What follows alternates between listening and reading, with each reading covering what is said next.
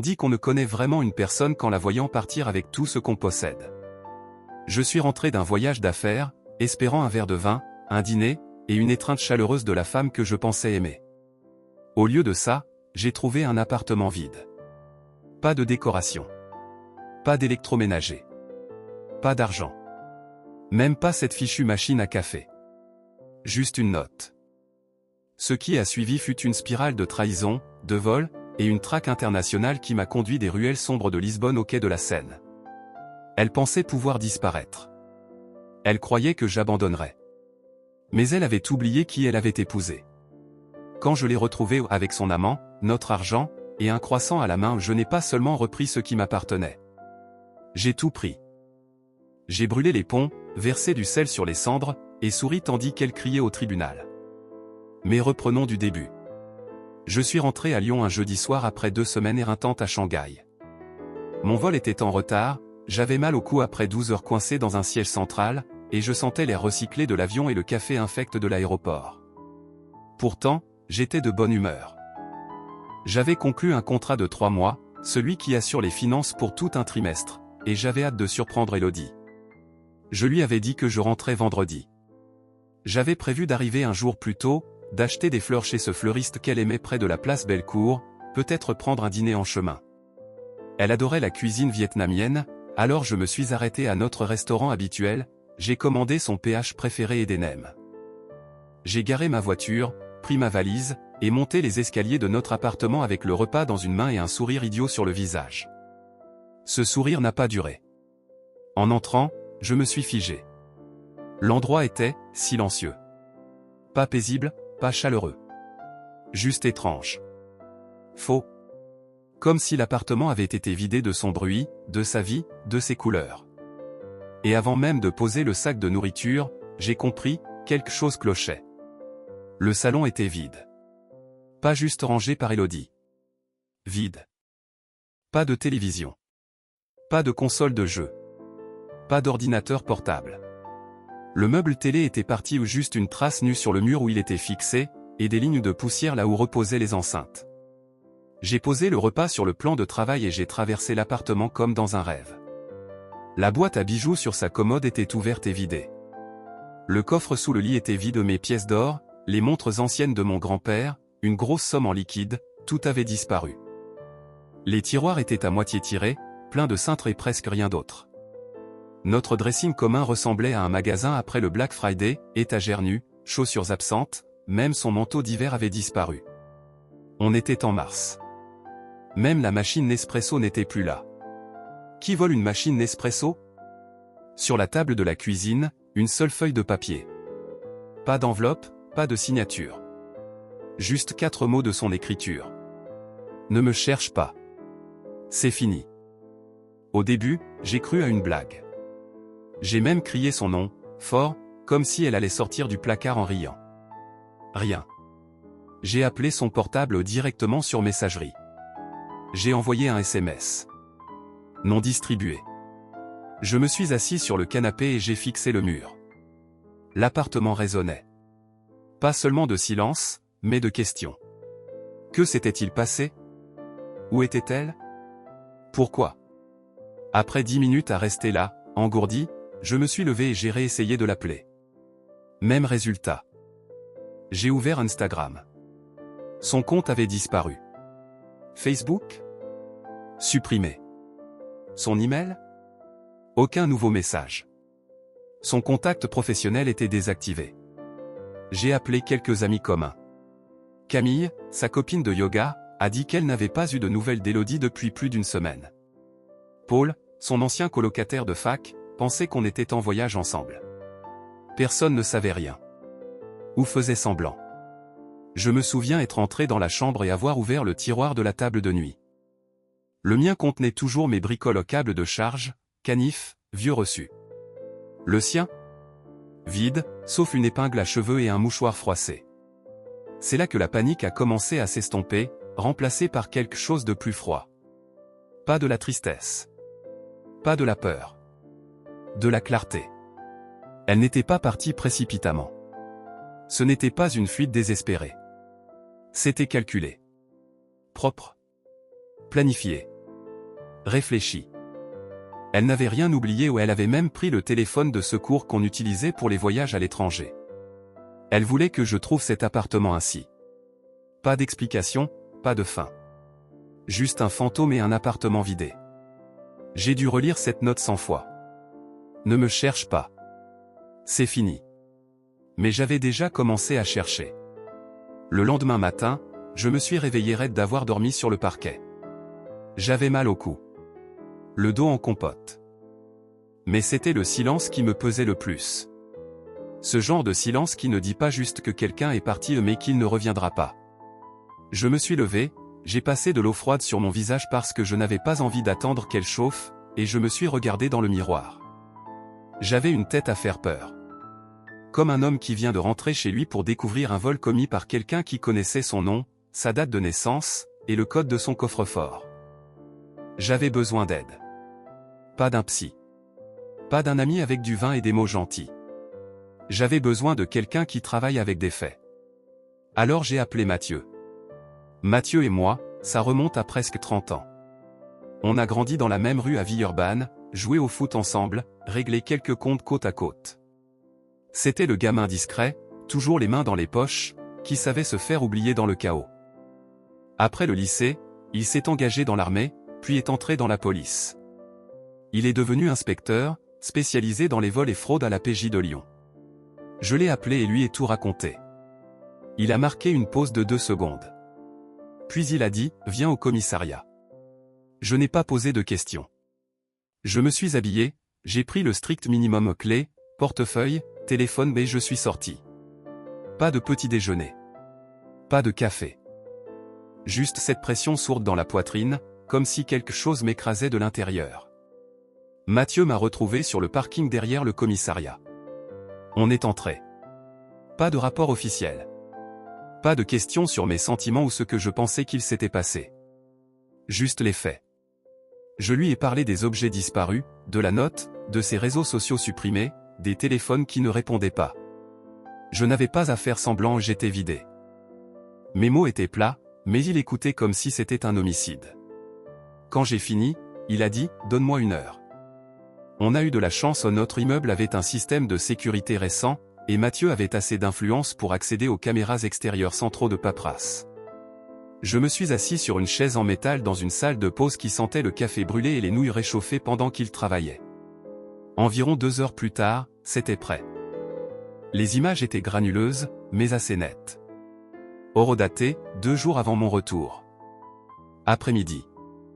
15h17, la voilà. Élodie.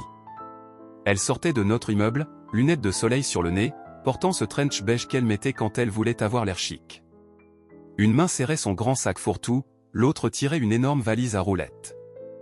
2 autres sacs suivaient empilés l'un sur l'autre, attachés comme si elle partait pour un long voyage, pas un trajet en ville. Elle n'avait pas l'air nerveuse. Elle n'a pas regardé en arrière. Elle a marché vite, droit vers le trottoir. Un taxi s'est arrêté. Elle a ouvert la portière, jeté les sacs à l'intérieur, et s'est glissée sur la banquette. Mathieu a mis la vidéo sur pause. Tu vois ça? Il a rembobiné de quelques secondes et a figé l'image. Un homme est sorti du côté passager pour charger les sacs dans le coffre. Plus petit que moi, sweat à capuche sombre, casquette enfoncée. On ne voyait pas son visage. Il n'est pas entré dans l'immeuble, n'a pas traîné. Il a juste aidé avec les bagages et est remonté dans le taxi. Mathieu a zoomé sur la plaque arrière du taxi. Je l'ai, a-t-il dit. Mathieu a relevé la plaque du taxi qu'Élodie avait pris, et via son système, il l'a relié à un certain Jacques Martin, la quarantaine, chauffeur de taxi à temps partiel à Lyon. Mathieu a dit que le type était clean, pas d'antécédents, pas de plainte en cours. Juste un gars qui essayait de joindre les 2 bouts. On a convoqué Jacques. Mathieu n'a pas parlé de pression légale, juste dit au dispatché qu'on voulait discuter d'une course prise à mon adresse. Jacques a accepté sans hésiter et s'est pointé dans l'après-midi. C'était un homme petit, trapu, avec une barbe grisonnante et des lunettes épaisses qui glissaient sur son nez quand il parlait. Il avait l'air d'un oncle sympa, pas d'un type qui avait, sans le savoir, transporté toute ma vie hors de la ville. Mathieu nous a présentés, puis s'est assis en retrait pour me laisser parler. Vous vous souvenez d'avoir pris une femme il y a quelques jours à cette adresse, ai-je demandé. Jacques a réfléchi une seconde. Grande, cheveux bruns, 3 sacs. J'ai hoché la tête. Ouais, je me souviens. Elle a réservé via l'appli, elle voulait aller à l'aéroport Saint-Exupéry. Elle était seule? Il a jeté un coup d'œil à Mathieu, puis à moi. Non. Il y avait un type avec elle. Il est sorti 1 minute avant, a aidé à charger les sacs. Il était à l'avant, elle à l'arrière, silencieuse tout le trajet. À quoi il ressemblait? Jacques s'est gratté l'arrière de la tête.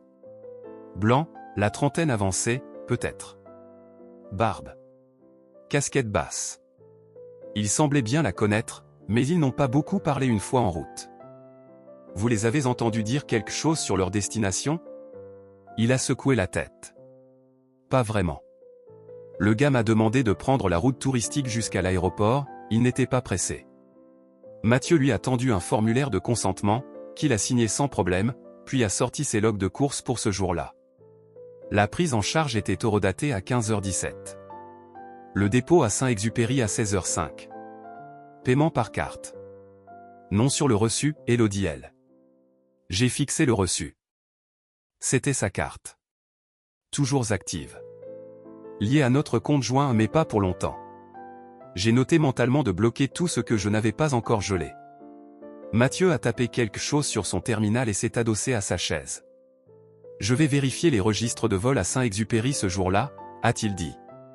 On a attendu quelques minutes pendant que le système passait les logs au peigne fin. Puis il a tourné l'écran vers moi. C'était là. Elodie L, vol numéro 862, Air France. Billet aller simple pour Lisbonne, aéroport Umberto Delgado. Acheté 3 jours avant le voyage. Payé en intégralité. Pas de retour prévu. À côté de son nom, passager 2. Lucas monsieur le nom ne me disait rien tout de suite. Mais quelque chose me titillait. Puis ça m'a frappé. Lucas Moreau. Je l'avais rencontré une fois. Peut-être 2. Un barbecue, il y a des années. Elodie l'avait présenté comme un vieil ami du collège, quelqu'un avec qui elle avait repris contact en ligne. Elle disait qu'il était inoffensif. Marié, vivant à l'étranger, avec un enfant. Je n'y avais plus repensé. Jusqu'à maintenant. Je me suis adossé à ma chaise, sentant quelque chose s'installer dans ma poitrine. Pas le choc froid d'avant. Pas même la colère. C'était plus lourd. Comme du béton. La prise de conscience que ce n'était pas un hasard. Pas une impulsion. C'était planifié. Ils avaient acheté les billets des jours à l'avance. Ça voulait dire qu'elle était déjà partie avant même que je monte dans mon vol de retour depuis Shanghai. Pendant que j'étais en réunion ou dans des halls d'hôtel, elle vidait notre appartement, vendait des bijoux, convertissait de l'argent, imprimait des billets d'avion. J'ai regardé Mathieu. Qu'est-ce que t'en penses? Il n'a rien dit tout de suite. Il a cliqué, fait apparaître les infos de Lucas aux dernières adresses connues, ancien boulot à Bordeaux, quelques PV, pas de casier. Puis finalement, je pense qu'elle a tout fait pour que tu ne vois rien venir. J'ai hoché la tête. Ma gorge était sèche. Comme si j'avais avalé du gravier. Tu veux que je creuse encore, a-t-il demandé. Pas encore, ai-je dit. On va laisser reposer un peu. Il n'a pas insisté. Il ne le fait jamais. En rentrant, j'ai pris les sacs de nourriture que j'avais achetés pour Elodie restés 2 jours au frigo et je les ai jetés à la poubelle. J'ai versé le pH dans l'évier. Je l'ai regardé tourbillonner et disparaître. Elle n'était pas juste partie. Elle s'était volatilisée. Avec de l'aide. Avec un plan. Avec une intention. Et maintenant, j'avais un nom. Et une destination. Elle l'avait vraiment fait. Elle avait tout pris et s'était enfuie à Lisbonne avec un type dont je me souvenais à peine. J'aurais pu rester dans ce parking toute la nuit, mais ce n'est pas moi. Mon père disait toujours, quand la maison brûle, on ne crie pas au feu, on prend un tuyau ou on dégage. Alors je suis rentré et j'ai pris un tuyau. J'ai ouvert mon ordinateur et j'ai tout passé en revue au compte joint, épargne, investissement, assurance. Certains comptes auxquels elle avait accès étaient vidés. Mais les principaux étaient encore là. J'avais perdu un peu d'argent, pas grand-chose, mais quand même. J'ai transféré ce que je pouvais sur un compte personnel, signalé toutes les cartes partagées, et commencé à bloquer les accès. Alertes antifraude. Changement de mot de passe. Résiliation d'abonnement. Tout y est passé. Je n'étais pas juste en colère. J'étais méthodique. La seule raison pour laquelle il me restait quelque chose, c'est qu'il y a un an, j'avais commencé à mettre une partie de mon salaire sur un compte privé. Pas parce que je ne lui faisais pas confiance à l'époque, c'était plus une mesure de sécurité à long terme, un conseil lu sur un blog financier. Merci à cette petite voix dans ma tête. Entre ça et ce que j'ai sauvé des comptes joints, j'avais assez pour agir vite. Pas d'hésitation, pas de bureaucratie. J'ai contacté mon avocat Pierre Dubois. Je le connais depuis mon premier contrat à Lyon. Un type direct. Voix forte. Pas de patience pour les drames. Je lui ai raconté ce qui s'était passé et lui ai envoyé des copies des photos, de la plaque du taxi, des infos de vol, et des logs de la sécurité. Il n'a même pas marqué de pause. Je lance la paperasse. Fraude, vol, abandon de propriété. Vas-y, fais ce que tu dois faire. Le lendemain matin, j'étais au téléphone avec la compagnie aérienne. J'ai pris un aller simple pour Lisbonne, sur le premier vol disponible. Classe affaires. Pas question de courir après ma femme enfuie dans un siège au fond près des toilettes.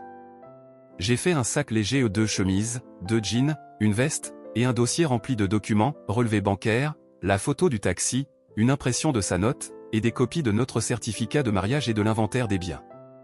Mathieu a décidé de venir avec moi. Il a dit qu'on a toujours besoin d'un renfort. Il a pris une semaine de congé, et on y est allé. Je n'ai rien dit à personne sauf à Mathieu et Pierre. Ni à mes collègues. Ni à ma mère. Je n'avais pas besoin de pitié ou de questions. J'avais besoin de clore cette histoire.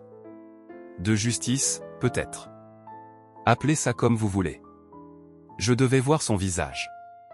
La regarder dans les yeux et reprendre ce qu'elle n'avait pas encore réussi à détruire. Le vol était long.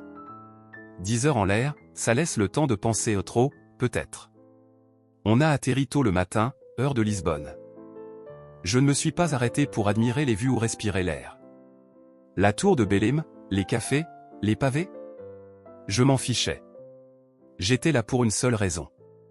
La première chose que j'ai faite a été de trouver une traductrice. Elle s'appelait Inès. Elle bossait en freelance avec des touristes et des cabinets juridiques. Jeune femme, la trentaine peut-être, parlait un français parfait avec cette diction portugaise douce qui rendait tout plus sérieux. Je lui ai montré les documents, expliqué ce qui s'était passé, et demandé si elle m'accompagnerait au commissariat. On a pris un taxi jusqu'à la préfecture de police principale. Le chauffeur ne parlait pas français, mais Inès a tout géré comme si c'était son quotidien. Elle me jetait des regards en coin pendant le trajet, probablement pour jauger quel genre d'homme traverse le monde avec un classeur de documents et un air de rescapé d'un naufrage.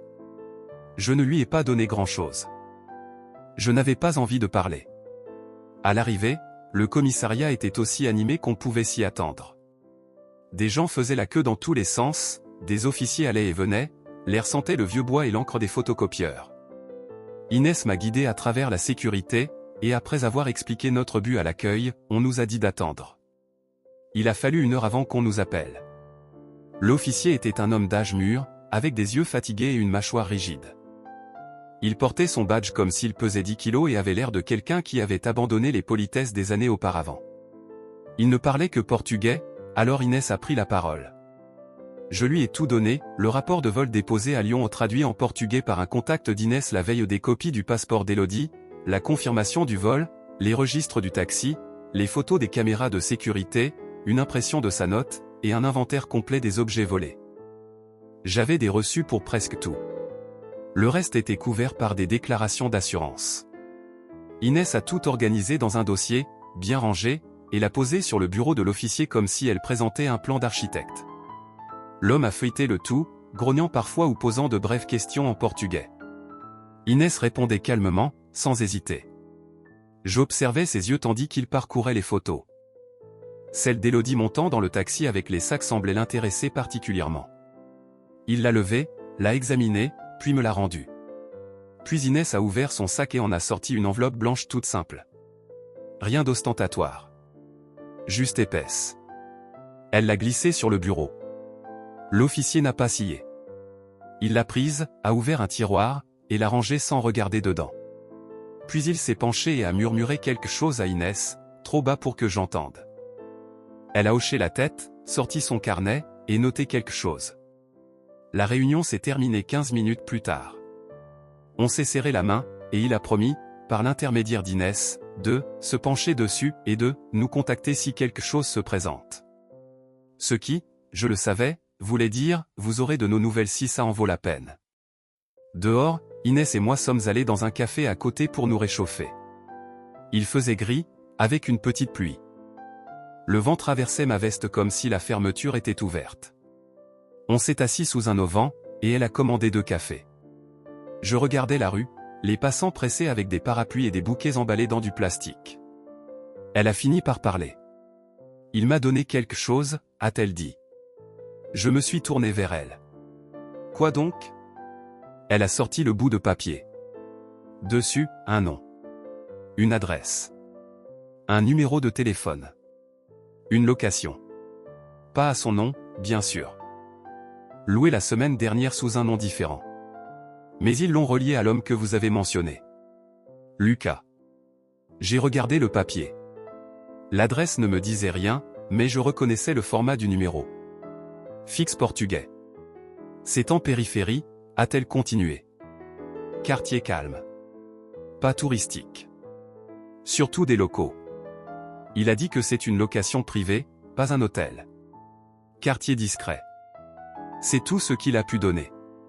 J'ai plié le papier et l'ai glissé dans mon portefeuille. Ce n'était pas grand-chose. Mais c'était un début. On a fini nos cafés, et j'ai payé. De retour à l'hôtel, je me suis assis à un petit bureau et j'ai regardé le dossier. Ça faisait tellement officiel maintenant. Page, formulaire, photo, horodatage. Tout est allé comme une affaire que je n'avais jamais voulu monter. Mathieu m'attendait à l'hôtel. Il m'a demandé comment ça s'était passé au commissariat, et je lui ai tout raconté. Je ne suis pas venu à Lisbonne pour me venger. Je ne suis pas venu pour courir après quelqu'un qui ne voulait pas être retrouvé. Je suis venu parce que je devais savoir qu'elle l'avait vraiment fait. Qu'elle avait fait ce choix. Que ce n'était pas une erreur ou un malentendu. Maintenant, j'avais une adresse. J'avais la vérité. Et bientôt, j'aurai ma réponse. On a attendu le crépuscule pour aller à l'adresse. Le quartier était calme. Des immeubles anciens, volets usés, quelques boutiques au coin avec des enseignes vacillantes et des carreaux fissurés. Ce n'était pas un coin pour touristes. C'était là où les gens vivaient discrètement, sans poser de questions. Le genre d'endroit où on peut disparaître sans trop d'efforts. L'immeuble lui-même était gris et banal. 3 étages, pas d'ascenseur, interphone à l'entrée. La façade était un peu écaillée, comme si elle n'avait pas vu de peinture depuis 10 ans. Mathieu et moi n'avons pas eu à attendre longtemps. Peu après 19 h, je les ai vus. Ils arrivaient au coin de la rue, marchant côte à côte. Elle portait un sac en papier brun, replié comme dans une pub de supermarché. Une baguette dépassait, cliché parfait. Lui avait une bouteille de vin sous le bras et une main sur sa taille. Il riait. Riait. Elle portait le manteau vert olive que je lui avais offert de Noël plus tôt. Je la fixais, marchant à côté de lui dans ce manteau, la tête penchée en arrière alors qu'elle riait à une blague qu'il venait de faire. Il était différent de mes souvenirs. Un peu plus de barbe, cheveux un peu plus clairsemés, mais la même démarche arrogante. Il n'avait pas l'air de quelqu'un qui se cache. Il semblait à l'aise. Ils se sont arrêtés à la porte, et elle l'a déverrouillée. 10 minutes après qu'ils ont disparu à l'intérieur, j'ai repéré un gars qui fumait près d'un porte-vélo. La vingtaine, sweat à capuche, écouteurs autour du cou. Un local, probablement étudiant. Je me suis approché et lui ai offert 50 €. La traductrice sur mon téléphone m'a aidé à communiquer. Je lui ai dit que j'avais besoin d'un service. Il devait frapper à la porte du 3e étage et dire qu'il était le fils de la propriétaire, venu vérifier un problème de compteur à gaz. Rien de plus. Juste frapper, faire ouvrir la porte, dire la phrase, et partir. Il a eu l'air perplexe, mais l'argent parle. Il a hoché la tête et est entré.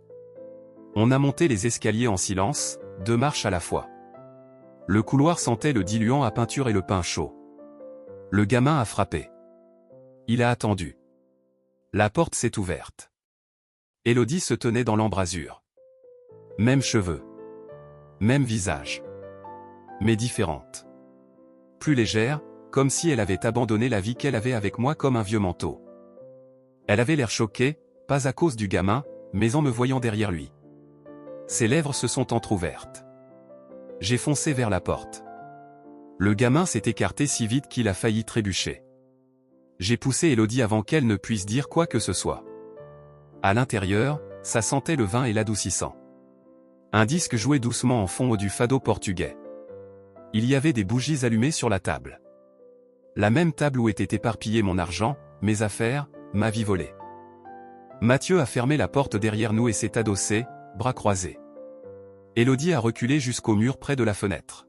« Vincent, qu'est-ce que tu fais ?» Je n'ai pas répondu. J'ai balayé la pièce du regard. Un canapé, une étagère bon marché, quelques gravures encadrées comme on en trouve dans un marché aux puces. Rien d'extraordinaire, mais assez pour que l'endroit semble habité, pas juste un lieu de passage. Puis Lucas est sorti du couloir. Il s'est figé. Waouh, c'est quoi ce bordel? Il tenait une assiette, quelque chose à moitié mangé dessus. Il sortait visiblement de la douche. Pieds nus, bouche ouverte, bougeant lentement comme s'il hésitait entre fuir ou parler. Je m'en fichais. J'en avais vu assez. J'ai avancé dans l'appartement. L'air était lourd et chaud. Mes poings étaient serrés, mais je n'ai pas frappé. Je n'ai pas crié. Je suis resté là, à les fixer, attendant qu'un d'eux fasse un bruit digne d'une réponse. Élodie a dégluti. Sa voix tremblait quand elle a dit « Tu n'as pas le droit d'être ici ». Mais elle avait tort. J'étais exactement là où je devais être. Élodie a crié comme si elle avait vu un fantôme. Et d'une certaine manière, c'est ce que j'étais, un spectre d'un passé qu'elle avait enterré vite et profond. Ses yeux se sont écarquillés, et elle a reculé, manquant de renverser une lampe sur pied près du canapé. Sa main couvrait sa bouche, comme pour ravaler son cri. Lucas a lâché l'assiette qu'il tenait. Elle a heurté le sol avec un craquement sourd, la nourriture s'éparpillant sur les carreaux. Il n'a même pas regardé le désastre. Il a filé à travers le salon et disparu dans la cuisine comme un écureuil qui vient d'entendre une tronçonneuse. Élodie s'est adossée au mur, main tremblante, lèvres bougeant sans rien dire. Quand elle a enfin trouvé des mots, ils sont sortis dans un murmure étouffé. « S'il te plaît. Vincent, ne fais rien de stupide. » Je n'ai pas dit un mot. Je n'étais pas là pour crier. Pas pour supplier ou pleurer. J'étais là pour mettre un point final. Elle a trébuché jusqu'à la chambre, toujours enveloppée dans ce manteau vert olive, et s'est effondrée sur le bord du lit, comme si ses jambes l'avaient lâchée.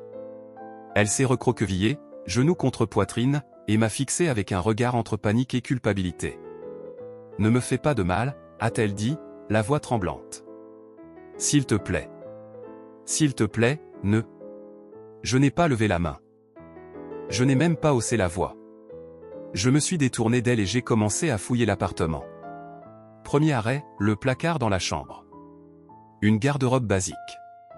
Quelques valises rangées sous l'étagère. J'ai ouvert la première des vêtements. La deuxième. Et là, je l'ai vu. Un sac à dos gris foncé. Je l'ai reconnu tout de suite. C'était le mien. Celui que j'utilisais il y a des années pour mes voyages d'affaires. Je l'ai sorti, ouvert lentement, et regardé à l'intérieur. Ils étaient là. Mes chaînes en or. Celles que je gardais dans le coffre sous notre lit à Lyon. Mon argent et des liasses de billets de 100 €, bien rangés, comme je les organisais toujours. Et enroulé dans une paire de chaussettes, la Rolex de mon grand-père. La voir m'a presque coupé le souffle. Ce n'était pas une question d'argent. Pas vraiment. C'était ce que ça signifiait. Ces choses, elle avait dû les sortir délibérément de notre vie. Elle avait ouvert ce coffre, sachant parfaitement ce qu'elle prenait. Et elle n'avait pas hésité. J'ai passé le sac à dos sur mon épaule et je suis allé dans le salon. J'ai pris un sac de voyage près de la porte et j'ai commencé à y mettre tout ce qui me semblait familier. Mon appareil photo. Mon porte-passeport. Même le petit portefeuille en cuir que j'avais perdu l'hiver dernier. Puis je suis allé dans la cuisine. Lucas était contre le mur, près du frigo, les yeux écarquillés. Ses bras étaient à moitié levés, comme s'il pensait que j'allais lui sauter dessus. Il a ouvert la bouche, probablement pour parler, mais je l'ai coupé. « Assieds-toi, chien. » Il a cligné des yeux. « Quoi ? Tu m'as entendu. » Il a lentement tiré une chaise ici et laissé tomber, comme si elle l'attendait. J'ai regardé autour de moi. Plan de travail propre, une bouteille de vin à moitié ouverte, 2 verres. L'un portait une trace de rouge à lèvres. Le sien. J'ai repéré 2 téléphones sur la table, le sien et celui d'Élodie. Je les ai pris et glissés dans ma poche de veste. Il a tressailli quand j'ai touché le sien. « Elle en a besoin ?» a-t-il marmonné. Je ne l'ai même pas regardé. Non, elle n'en a pas. J'ai fouillé les placards rapidement, ouvert les tiroirs, vérifié derrière les objets. Rien d'autre à moi n'a sauté aux yeux, mais je ne laissais rien au hasard. Quand je suis revenu dans la chambre, Élodie était toujours sur le lit. Elle n'avait pas bougé. Ses mains étaient serrées en poing contre ses jambes, ses yeux rouges mais secs. Elle ne pleurait plus. Elle avait l'air vaincue. Comme quelqu'un qui venait de voir un film se dérouler d'une manière qu'elle n'avait jamais imaginée. Je suis resté là une seconde. Pas parce que j'avais quelque chose à dire, juste pour voir si elle avait quelque chose. Rien. Je me suis tourné et j'ai marché vers la porte d'entrée. Mathieu était toujours là, bras croisés, l'air glacial. Il n'a rien dit non plus. Il s'est juste écarté. On est parti sans un mot. Pas de cri. Pas de supplication. Pas d'excuses dramatiques ou d'explications. Juste moi, mes affaires, et le silence qu'ils avaient mérité. Je n'ai pas claqué la porte. Je ne me suis pas retourné. Je les ai laissés dans cet appartement loué, avec rien d'autre qu'une demi-bouteille de vin, un canapé cheap, et les miettes d'une vie qu'ils pensaient pouvoir construire avec des morceaux volés. Quand j'ai atterri à Lyon, il pleuvait des cordes. Le genre de pluie qui tombe en biais et trempe votre jean avant que vous n'atteigniez votre voiture. Peu importe. J'étais de retour, et surtout, j'avais tout ce dont j'avais besoin. Le lendemain matin, j'ai retrouvé Pierre, mon avocat. On a tout repris au scan de passeport, le rapport de vol, le rapport de police. Je lui ai donné les nouvelles images que Mathieu m'avait aidé à obtenir. La chronologie était complète. Le dossier était en béton. Il a déposé les papiers de divorce immédiatement. Il a tout joint en photo, relevé financier, même la liste des objets volés avec des annotations sur ce que j'avais récupéré. Le rapport de vol faisait plus de 30 pages. On a déposé pour abandon, vol et fraude matrimoniale. Quelques jours ont passé. Puis une semaine. Et puis elle est revenue. Je ne sais pas à quoi elle pensait. Peut-être qu'elle croyait que je ne donnerais pas suite. Peut-être qu'elle pensait pouvoir jouer la victime et repartir avec sa moitié. Peut-être que Lucas en avait marre d'elle et lui a dit de rentrer. Je ne sais pas. Peu importe. Ce qui compte, c'est qu'à la seconde où elle a posé le pied à Lyon, son passeport a été signalé à l'aéroport. Elle n'a même pas atteint le tapis des bagages. La police aéroportuaire l'a arrêtée et gardée jusqu'à l'arrivée des autorités locales. Ils lui ont lu le mandat. Vol, fraude, dissimulation de biens. Elle n'avait rien vu venir. J'ai reçu un appel de Mathieu. Il a fait simple, comme toujours. Elle est en garde à vue. Je n'ai pas ressenti grand-chose. Juste une sorte de calme lourd. Comme poser un fardeau qu'on ne réalisait pas porter depuis des semaines. Le procès a été plus rapide que prévu. Mon avocat avait tout préparé. Le procureur n'a pas perdu de temps.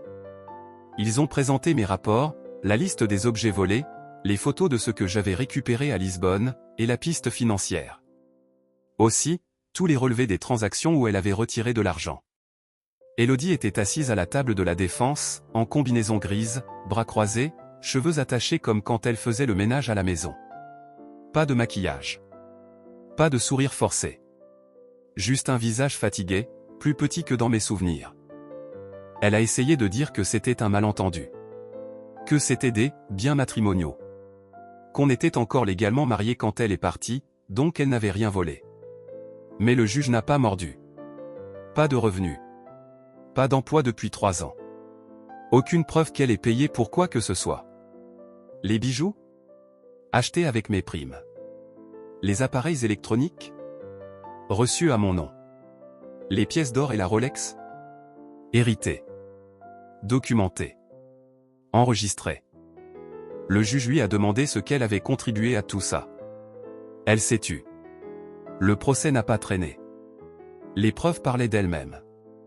Quand est venu le moment de la sentence, le tribunal m'a offert la possibilité de retirer les accusations de vol en échange d'un divorce sans contestation. J'ai refusé. Je ne cherchais pas la vengeance. Mais je n'allais certainement pas lui offrir une sortie propre. Alors le tribunal a prononcé la sentence. Fraude, vol de plus de 10 000 € et entrave à la récupération de biens. 18 mois, centre de détention à sécurité minimale. Elle a eu un hoquet. Un vrai hoquet. Comme si elle pensait que le tribunal bluffait. C'est là qu'elle a craqué. Debout à la table, main tremblante, elle a crié à travers la salle, « T'es pathétique. Je ne t'ai jamais aimé. Pas un seul jour. » La salle s'est tue. Même le greffier a arrêté de taper. Je n'ai pas bronché. Je l'ai juste regardé, calme et stable, et j'ai dit, « Assieds-toi et réfléchis à ton comportement. » Son visage s'est tordu, comme si elle voulait continuer à crier mais n'avait plus rien à dire. Le gardien l'a escortée dehors. Elle n'a pas résisté, juste marché raide, mâchoire serrée. Lucas n'est jamais venu. J'ai posé quelques questions, discrètement. Il est resté à Lisbonne. N'a jamais pris de billet de retour. Peut-être qu'il a eu peur. Peut-être qu'il a réalisé qu'elle était plus un fardeau qu'il ne l'avait prévu. Peut-être qu'il s'en fichait, tout simplement. Quoi qu'il en soit, il l'a laissé affronter les décombres seul. Après l'audience, je suis sorti du tribunal sous un après-midi venteux. Le ciel était gris, mais je me sentais plus léger que depuis des semaines. Pas heureux. Juste, fini. Pas de message. Pas de regard en arrière.